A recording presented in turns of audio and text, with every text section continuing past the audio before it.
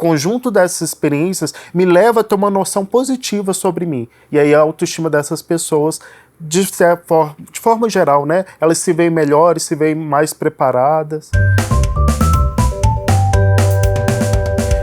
É muito interessante perceber e trazer um pouco a questão da autoestima, como a pessoa se vê, né? Diante de todas as experiências que ela teve ao longo da vida, qual que é o valor que ela dá para si?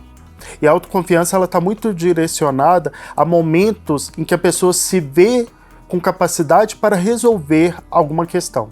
Então, se eu tenho ao longo da minha vida experiências onde eu consegui resolver muita coisa, consegui me propor a fazer e executar aquilo que era uma meta, vamos dizer assim, eu me torno autoconfiante em determinadas situações. E o conjunto dessas experiências me leva a ter uma noção positiva sobre mim. E aí a autoestima dessas pessoas, de forma geral, né, elas se veem melhores, se veem mais preparadas.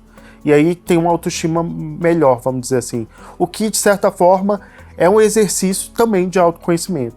Quando a gente fala em autoestima, né, de uma forma geral, que é essa relação que a pessoa se percebe, né, como capaz de fazer e executar o que se propõe, é muito interessante perceber como um processo de autoconhecimento também.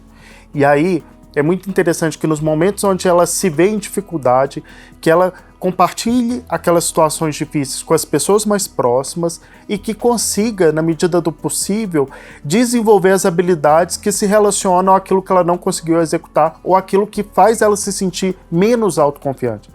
Então, nesse momento, o social, tanto com pessoas próximas ou talvez com profissionais capacitados para ajudá-las, é um bom caminho, o início de um bom caminho para que momentos positivos que tragam autoconfiança gerem ao longo do tempo essa percepção de autoestima. E aí, quando a gente pensa em autoestima, que é essa percepção de valor que a pessoa tem, e a autoconfiança, que diz sobre experiências que a pessoa se vê capaz de resolver, é muito importante ter um entendimento em rede.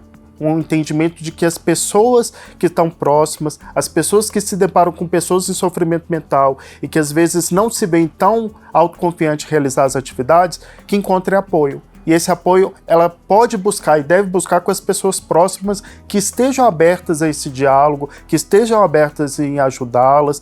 Então, nesse ponto, se for pensar em termos de instituição, de experiência que a gente vive, criar espaços nesse sentido de apoio e de tentar ajudar as pessoas a lidarem com as dificuldades é um primeiro caminho. Quando a gente fala em autoestima e autoconfiança no espaço institucional, e aí trazendo isso para o UFOP, a gente tem que destacar alguns momentos onde a gente se vê com essa possibilidade de entender o que está acontecendo na instituição.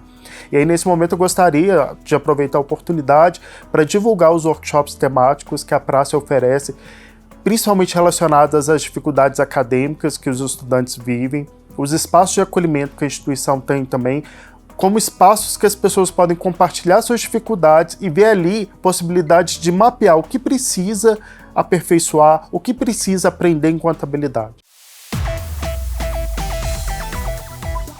Saúde e bem-estar. Cuidar de si para viver melhor. Uma campanha da Universidade Federal de Ouro Preto.